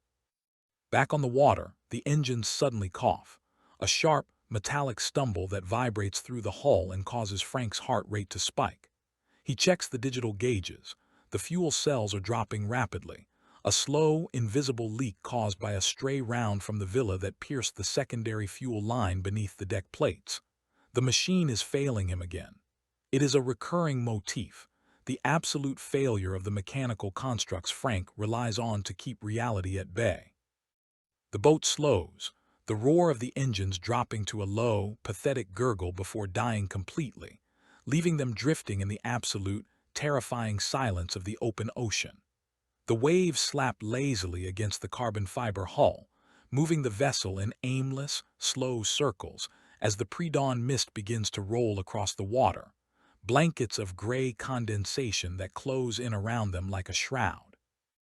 The psychological tension inside the dead boat becomes thick, intimate, and excruciating. Without the noise of the engine, the silence between Frank and Lai is a physical pressure. Lai steps out of the seat, kneeling beside Frank as he pulls open the engine hatch, his hands working in the dark to try and isolate the ruptured line. She watches him, her voice trembling as she tells him that it's over, that her father's people or the agency's secondary teams will find them the moment the sun breaks the horizon. She tells him that she is sorry, sorry for screaming in the trunk, sorry for destroying his villa, sorry for forcing him to remember that he has a soul. Frank stops his hands, his tools clicking softly against the hot metal of the engine block. He stands up, turning to look at her in the pale, gray light of the emerging dawn. For the first time in the entire narrative, the ice in Frank's eyes completely melts, revealing the profound, historical pain of a man who has spent his life executing the cold will of others. He looks at her, his voice low, steady, and entirely devoid of his usual professional detachment. He tells her that he was dead long before she climbed into his trunk. He tells her that the villa, the suits, the exact weight of the cargo, they were just a beautiful coffin he built for himself, so he wouldn't have to feel the weight of the lives he helped destroy during his years in uniform. She didn't ruin his life. She broke his coffin open. It is a moment of profound, emotional catharsis that justifies every high-speed chase and shattered window that preceded it. They are two broken survivors of a global machinery that treats human beings as currency, standing on a dead boat in the middle of a blank sea. And for the first time, they are completely free. The silence is broken by a low, rhythmic thudding in the distance, a sound that causes Frank's body to instantly return to its default state of lethal awareness. It isn't the sound of an engine. It is the deep, concussive beat of helicopter rotors cutting through the heavy marine mist. The hunters have found them. Through the gray fog, the massive, dark silhouette of an international military transport helicopter emerges, its searchlight cutting through the mist like a white, blinding spear. The light locks onto the drifting speedboat, turning the cockpit into a bright, sterile stage. A voice booms over a directional loudspeaker, commanding them to lie flat on the deck and prepare to be boarded. Frank doesn't move. He looks up into the blinding white light, his hands slowly reaching behind his back toward the suppressed sidearm tucked into his waistband. He knows that a boarding action on an open deck means certain death. They aren't here to arrest them. They are here to liquidate the final loose ends of the Marceau ledger. He looks at Lai, his eyes giving her a final, silent instruction. He tells her to drop into the small storage locker beneath the deck plates, to hide beneath the extra life vests and stay perfectly still until the gunfire stops. She looks at him, her eyes wide with terror, but she recognizes the absolute authority in his face. She slips into the hatch, her fingers releasing his hand as the wooden panel clicks shut above her. Frank stands alone on the deck as the helicopter hovers 20 feet above the water, the downwash from the massive rotors whipping the sea into a chaotic, white froth that drenching his clothes.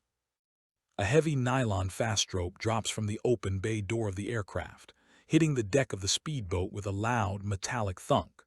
The first operator slides down the rope, his face hidden behind a black ballistic mask, his assault rifle raised before his feet even touch the fiberglass. The final phase of the war has begun, and Frank Martin is no longer defending a car, a contract, or a code. He is defending the one piece of humanity he has left. The tactical operator hits the deck of the speedboat with the heavy, unyielding weight of a trained killer, his boots driving into the fiberglass with absolute certainty. But he expects a broken target, a defeated courier waiting to be liquidated in the blinding glare of the helicopter's searchlight. He does not expect a man who has fully integrated his own mortality and transformed his remaining seconds into a weapon. Before the operator can even settle his stance or drop his hands into the firing position of his weapon, Frank strikes. He doesn't use the gun in his waistband. Instead, he uses the momentum of the helicopter's own downwash, stepping inside the operator's blind spot as the nylon fast rope whips across the deck. Frank grabs the operator's tactical vest, leveraging his own body weight to redirect the man's forward kinetic energy, driving his forehead straight into the center of the black ballistic mask. The impact is a sickening, hollow crack that echoes over the roar of the rotors. The operator's eyes roll back into his head, his rifle slipping from his fingers as he collapses onto the deck like a sack of wet sand. Frank catches the weapon, a compact, suppressed submachine gun, before it can hit the fiberglass, spinning around to face the rope just as the second operator begins his descent from the hovering aircraft above. The second man dies 20 feet in the air. Frank fires a single, controlled 3-round burst that cuts through the operator's high-tensile harness, sending his body plummeting past the boat and straight into the dark, churning waters of the Mediterranean below. Up in the bay door of the helicopter, the crew chief realizes the extraction has turned into a slaughterhouse. He screams at the pilot to pull up, to break contact and establish a wider firing perimeter. The helicopter tilts violently, its rotors screaming as it attempts to climb back into the heavy marine mist, the searchlight sweeping wildly across the open water like a dying lighthouse. But Frank isn't letting them escape to hunt him down another day. He runs to the bow of the boat, loops the fallen fast rope around the heavy steel anchoring cleat, and secures it with a flawless, military-grade knot in under 3 seconds. As the helicopter rises, the line snaps taut with an immense, terrifying strain. The massive aircraft shudders, its tail rotor jerking violently as the weight of the stationary multi-ton speedboat anchors it to the sea. The aluminum hull of the boat groans, the fiberglass cracking under the sheer structural stress as the helicopter's twin turbines scream against the resistance. Inside the cockpit of the aircraft, the pilot panics, fighting the controls as the helicopter begins to drag the boat across the surface of the water like a water skier. Frank doesn't look at the sky. He looks at the remaining operator on the deck, extracting a high-explosive fragmentation grenade from the man's tactical pouch. He pulls the pin with his teeth, steps back to the edge of the stern, and tosses the cylinder straight into the open bay door of the struggling helicopter, just as it manages to climb to 30 feet. The explosion is an apocalyptic flash of orange and crimson that rips through the aircraft's fuel lines, turning the military machine into a roaring fireball that lights up the dark sea for miles. The main rotor breaks apart, the massive steel blades tearing through the fuselage like paper before the entire burning mass plummets out of the sky, crashing into the ocean in a spectacular tower of steam, oil, and twisted metal. The nylon rope snaps, the sudden release of tension sending the speedboat rocking violently in the massive wake of the crash. Silence returns to the sea, thick, heavy, and smelling intensely of burning aviation fuel and salt. Frank stands on the smoking deck, his chest heaving, his face illuminated by the flickering orange glow of the debris burning on the water around them. He drops the weapon, his body trembling as the absolute exhaustion of the physical trial threatens to take his legs out from under him. He crawls back to the center hatch, his fingers digging into the latch to pull it open. Lai climbs out of the storage locker, her face pale, her eyes reflecting the dying flames of the helicopter. She looks at the wreckage, then looks at Frank, running to him and throwing her arms around his neck. The emotional release is total. They are alive. The final strike team sent by the Shadow Network has been entirely erased, and the morning sun is finally beginning to break through the distant horizon, painting the sky in pale shades of gold, pink, and blue. The long, dark night of the transporter is finally over. 3 hours later, a standard French maritime patrol vessel spots the drifting, damaged speedboat 20 miles off the coast of Corsica. When the Coast Guard personnel board the vessel, they find no high-tech gear, no illegal weapons, and no trace of the international fugitives who brought down a global smuggling syndicate. They find only an empty hull, 2 discarded tactical vests, and a small, pristine silver wristwatch sitting on the driver's seat, its hands ticking steadily, precisely, down to the exact second. The narrative shifts one final time to a small, sleepy fishing village on the southern coast of Italy. The sun is hot and bright, casting a golden glow across the ancient stone buildings and the rows of colored wooden boats bobbing lazily in the harbor. At a small outdoor cafe overlooking the water, Inspector Tarconi sits at a wooden table, wearing a light linen suit and a pair of dark sunglasses that hide the healing scars around his eyes. He is reading a French newspaper, the front page headlines detailing the total dismantling of the Marceau financial empire and the arrest of dozens of high-ranking government officials across Europe. A server approaches the table, placing a fresh pot of espresso and a small, unmarked white envelope before him. Tarconi doesn't ask who left it. He simply nods to the server, folds his newspaper, and opens the envelope. Inside is a single, glossy photograph of a beautiful, smiling young Asian woman standing on the deck of a ferry heading toward the Asian mainland, her eyes filled with a peace she hasn't known since her childhood. Behind the photograph is a small, handwritten note in clean, precise block lettering, "Delivery completed. No charge." Tarconi smiles, a genuine, warm expression that completely erases the cynical line of his mouth. He slides the photograph into his breast pocket, pours himself a cup of espresso, and looks out across the vast, blue expanse of the Mediterranean. He knows that somewhere out there, on some dusty, forgotten coastal highway, a man is sitting behind the wheel of a perfectly detailed, high-performance automobile, his eyes fixed on the open road ahead, his hands relaxed on the leather steering wheel. The rules are gone, the contract is broken, but the man remains, no longer a ghost hiding in the shadows of his own discipline, but a human being driving toward a future that belongs entirely to him. The tactical operator hits the deck of the speedboat with the heavy, unyielding weight of a trained killer, his boots driving into the fiberglass with absolute certainty. But he expects a broken target, a defeated courier waiting to be liquidated in the blinding glare of the helicopter's searchlight. He does not expect a man who has fully integrated his own mortality and transformed his remaining seconds into a weapon. Before the operator can even settle his stance or drop his hands into the firing position of his weapon, Frank strikes. He doesn't use the gun in his waistband. Instead, he uses the momentum of the helicopter's own downwash, stepping inside the operator's blind spot as the nylon fast rope whips across the deck. Frank grabs the operator's tactical vest, leveraging his own body weight to redirect the man's forward kinetic energy, driving his forehead straight into the center of the black ballistic mask. The impact is a sickening, hollow crack that echoes over the roar of the rotors.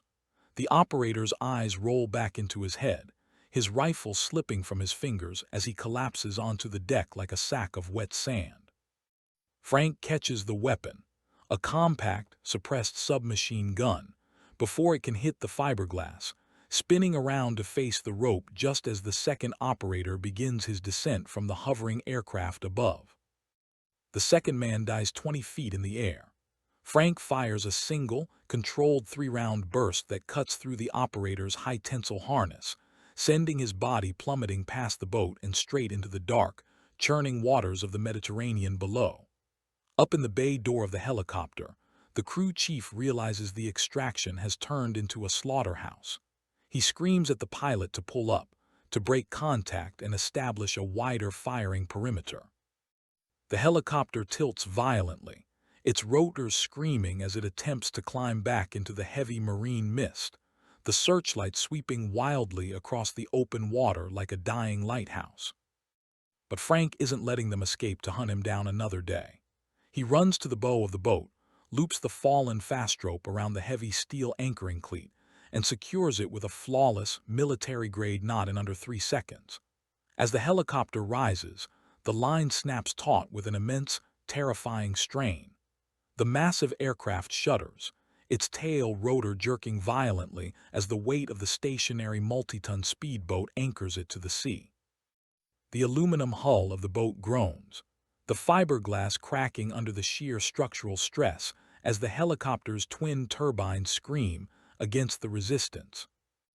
Inside the cockpit of the aircraft, the pilot panics, fighting the controls as the helicopter begins to drag the boat across the surface of the water like a water skier. Frank doesn't look at the sky. He looks at the remaining operator on the deck, extracting a high-explosive fragmentation grenade from the man's tactical pouch. He pulls the pin with his teeth, steps back to the edge of the stern, and tosses the cylinder straight into the open bay door of the struggling helicopter, just as it manages to climb to 30 feet. The explosion is an apocalyptic flash of orange and crimson that rips through the aircraft's fuel lines, turning the military machine into a roaring fireball that lights up the dark sea for miles. The main rotor breaks apart, the massive steel blades tearing through the fuselage like paper before the entire burning mass plummets out of the sky, crashing into the ocean in a spectacular tower of steam, oil, and twisted metal. The nylon rope snaps, the sudden release of tension sending the speedboat rocking violently in the massive wake of the crash. Silence returns to the sea, thick, heavy, and smelling intensely of burning aviation fuel and salt. Frank stands on the smoking deck, his chest heaving, his face illuminated by the flickering orange glow of the debris burning on the water around them. He drops the weapon, his body trembling as the absolute exhaustion of the physical trial threatens to take his legs out from under him. He crawls back to the center hatch, his fingers digging into the latch to pull it open. Lai climbs out of the storage locker, her face pale, her eyes reflecting the dying flames of the helicopter. She looks at the wreckage, then looks at Frank, running to him and throwing her arms around his neck. The emotional release is total. They are alive. The final strike team sent by the Shadow Network has been entirely erased, and the morning sun is finally beginning to break through the distant horizon, painting the sky in pale shades of gold, pink, and blue. The long, dark night of the transporter is finally over. 3 hours later, a standard French maritime patrol vessel spots the drifting, damaged speedboat 20 miles off the coast of Corsica. When the Coast Guard personnel board the vessel, they find no high-tech gear, no illegal weapons, and no trace of the international fugitives who brought down a global smuggling syndicate. They find only an empty hull, 2 discarded tactical vests, and a small, pristine silver wristwatch sitting on the driver's seat, its hands ticking steadily, precisely, down to the exact second. The narrative shifts one final time to a small, sleepy fishing village on the southern coast of Italy. The sun is hot and bright, casting a golden glow across the ancient stone buildings and the rows of colored wooden boats bobbing lazily in the harbor. At a small outdoor cafe overlooking the water, Inspector Tarconi sits at a wooden table, wearing a light linen suit and a pair of dark sunglasses that hide the healing scars around his eyes. He is reading a French newspaper, the front page headlines detailing the total dismantling of the Marceau financial empire and the arrest of dozens of high-ranking government officials across Europe. A server approaches the table, placing a fresh pot of espresso and a small, unmarked white envelope before him. Tarconi doesn't ask who left it. He simply nods to the server, folds his newspaper, and opens the envelope. Inside is a single, glossy photograph of a beautiful, smiling young Asian woman standing on the deck of a ferry heading toward the Asian mainland, her eyes filled with a peace she hasn't known since her childhood. Behind the photograph is a small, hand-written note in clean, precise block lettering, delivery completed, no charge. Tarconi smiles, a genuine, warm expression that completely erases the cynical line of his mouth. He slides the photograph into his breast pocket, pours himself a cup of espresso, and looks out across the vast, blue expanse of the Mediterranean. He knows that somewhere out there, on some dusty, forgotten coastal highway, a man is sitting behind the wheel of a perfectly detailed, high-performance automobile, his eyes fixed on the open road ahead, his hands relaxed on the leather steering wheel.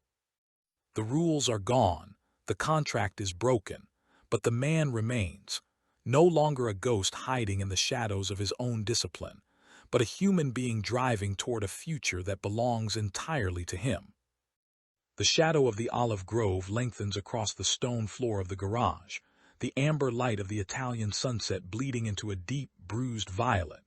Frank stands motionless by the workbench, the titanium keys heavy in his palm, listening as the distant rattle of Tarconi's rental car finally dissolves into the ambient hum of the coastal evening. The silence that follows is absolute, yet it no longer feels like a sanctuary. It feels like the breath before a plunge.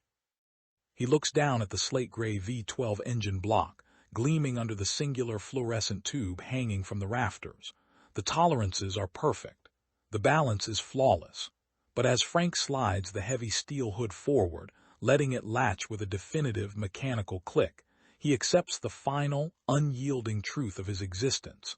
A machine built for maximum velocity cannot find peace in a stationary state. It can only find rust. He changes out of his grease-stained coveralls, replacing them with a fresh, charcoal-black tailored suit that fits his frame like a second layer of skin. He secures his new diplomatic passport in his breast pocket and straps a crisp, understated luxury watch to his left wrist, its sweeping second hand moving with a silent, relentless momentum. He doesn't pack a bag. He doesn't look around the stone room to see what he is leaving behind. A professional traveler carries no baggage. Everything he needs is contained within his own physical capabilities and the operational parameters of the vehicle he pilots. He steps into the driver's seat of the BMW 850 Ci, the rich scent of factory-fresh leather and fine carpet swallowing him whole, isolating him from the humid Italian air outside. He inserts the ignition key, turning it halfway to allow the complex electronic networks of the Grand Tourer to wake up. The dashboard illuminates with a sharp crimson glow, the digital displays flashing with pristine, uncompromised metrics. He turns the key the rest of the way. The 5-liter V12 doesn't crank. It ignites, unleashing a deep, symphonic rumble that shakes the loose mortar from the stone walls of the garage. It is an entirely different beast than his previous vehicles, more predatory, more refined, possessing an undercurrent of raw, violent potential that matches the cold clarity in Frank's eyes. He engages the heavy clutch, drops the transmission into first gear, and rolls out into the darkening twilight. The drive toward Marseille is a kinetic, atmospheric sequence of pure transition. The highway winds along the cliffs of the Ligurian Sea, a ribbon of smooth asphalt cut directly into the black rock faces. Frank handles the heavy coupe with an effortless, fluid mastery, the car tracking through the coastal curves as if glued to the center line. The headlights pierce the dense night air, cutting open the shadows ahead while the Mediterranean crashes invisibly against the rocks hundreds of feet below. There are no stopwatches running tonight, no armed strike teams hanging onto his rear bumper, yet the tension inside the cabin is palpable. It is the internal pressure of a man who has willingly stepped back into the arena, knowing that the new rules he carries are not a shield, but a target. By 3 a.m, the industrial, salt-crusted skyline of the port of Marseille looms out of the coastal fog. This is a city built on arrivals and departures, a chaotic, neon-lit maze of shipping terminals, oil refineries, and dark alleys where the legal and illegal economies of Western Europe bleed into one another. Frank navigates the commercial docks, driving past towering stacks of rusted cargo containers, until he reaches the isolated, high-security storage compound detailed in Tarconi's files. He stops the BMW before a massive, windowless concrete bunker, its perimeter secured by thick rolls of razor wire and automated biometric scanners. He steps out into the freezing maritime air, the scent of diesel smoke and stale seawater hitting his lungs. He approaches the main control panel, sliding the titanium access key into the encrypted reader. A series of hydraulic locks click open with a heavy, concussive thud, and the massive steel shutter doors slowly roll upward, revealing a dimly lit, sterile interior bay. In the center of the concrete floor stands his first official package under the Swiss contract. A small, reinforced titanium transit case, no larger than a standard briefcase, equipped with an active cryogenic cooling system and a digital, multi-layered biometric locking mechanism. Beside the case lies a single sheet of heavy parchment paper, containing a set of GPS coordinates located deep within the Bavarian Alps and a strict, unyielding delivery deadline. Exactly 14 hours from this moment. Frank approaches the terminal, his boots echoing sharply in the vast, empty space. He reaches down and hoists the titanium case. It is surprisingly heavy, the internal cooling mechanism vibrating with a low, continuous hum that feels like a synthetic heartbeat. He looks at the digital interface on the lid, watching the encrypted status codes cycle through their sequences. He doesn't know if he is carrying a breakthrough in genetic engineering, a piece of weaponized software, or a diplomatic secret that could alter the geopolitical landscape of the continent. And for the first time in his life, the ignorance doesn't feel like a defensive mechanism. It feels like an operational choice. He doesn't need to know what is inside, because his value no longer relies on the morality of the cargo. His value relies entirely on the absolute certainty of the delivery. He places the case securely into the custom-engineered mounting rack in the trunk of the BMW, slamming the lid closed with a solid, airtight seal. He steps back into the driver's seat, pulling the door shut to lock out the cold wind of the harbor. He places the sheet of parchment paper on the passenger seat, his eyes tracking the coordinates, his mind automatically building the optimal route through the high-speed arteries of France and into the treacherous mountain passes of Germany. The clock behind his eyelids activates, the numbers beginning their relentless, downward crawl toward zero. The transporter is no longer a man running from his past, hiding behind a facade of pristine suits and cold, calculated isolation. He has stopped trying to outrun the inherent chaos of the world. Instead, he has learned to steer directly through it. He adjusts his rear-view mirror, his reflection revealing a face completely devoid of fear, doubt, or hesitation. The ice has returned to his eyes, but it is no longer the ice of a frozen heart. It is the razor-sharp clarity of a man who has found his true purpose in the kinetic momentum of the road. He engages the clutch, shifts into gear, and steps firmly onto the accelerator. The V-12 screams to life, launching the gray coupe out of the bunker and into the dark, open highway ahead, disappearing into the fog like a phantom chasing the dawn. The transporter stands as an absolute watershed moment for the early 2000s action genre, a masterclass in kinetic momentum, practical stunt choreography, and atmospheric noir styling that shattered the conventional boundaries of the Hollywood blockbuster. By blending Luc Besson's distinct European aesthetic with Louis Leterrier's frantic, visually descriptive direction, the film managed to create a cinematic environment that felt simultaneously gritty, hyper-stylized, and profoundly immersive. At its absolute core, the movie's enduring legacy relies on the brilliant, star-making physical performance of Jason Statham. He didn't merely play Frank Martin. He inhabited him, grounding the character's impossible physical feats in a stoic, deeply human vulnerability that gave every shattered window and high-speed drift a genuine, emotional weight. It is a film that understands that the ultimate action sequence is not built on massive digital explosions, but on the precise, biomechanical physics of a human body and a finely tuned engine operating at the absolute limit of survival. A definitive, timeless triumph of stylized cinematic adrenaline.